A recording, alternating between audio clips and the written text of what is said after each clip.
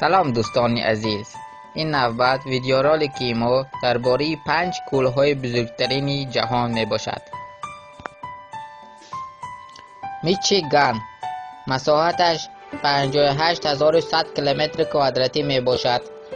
این کوه از جهت بزرگی در جهان جای پنجم را اشغال می کند.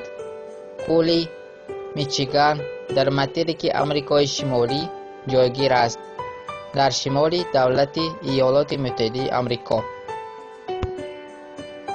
کوه گوران مساحتش 59600 کیلومتر کوادراتی می باشد. این کوه در ماتریک آمریکای شمالی جایگیر بوده از جهت بزرگی در جهان جای چهارم را اشغال می کند. کوه گوران بین دولت‌های ایالات متحده آمریکا و کانادا جایگیر است. کوه ویکتوریا از جهت مساحت کلانترین کوه آفریقا و در جهان در جای سوم می باشد. مساحتش 68000 کیلومتر کوادراتی است. این کوه را دولت‌های اوگاندا، تانزانیا و کنیا احاطه کرده اند.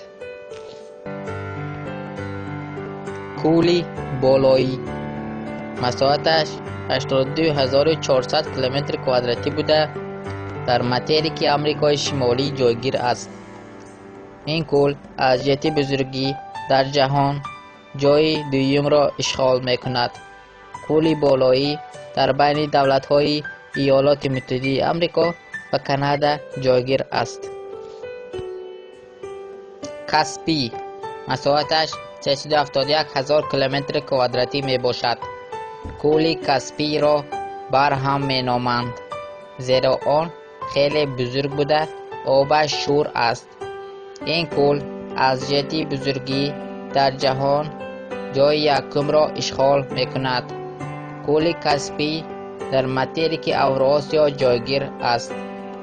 این کوه را دولت‌های روسیه، قزاقستان، ترکمنستان، ایران و آذربایجان احاطه کرده اند.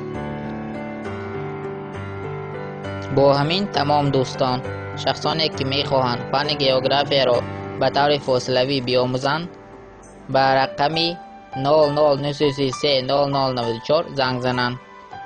در آخر آبونه شدن را فراموش نکنید. خیر.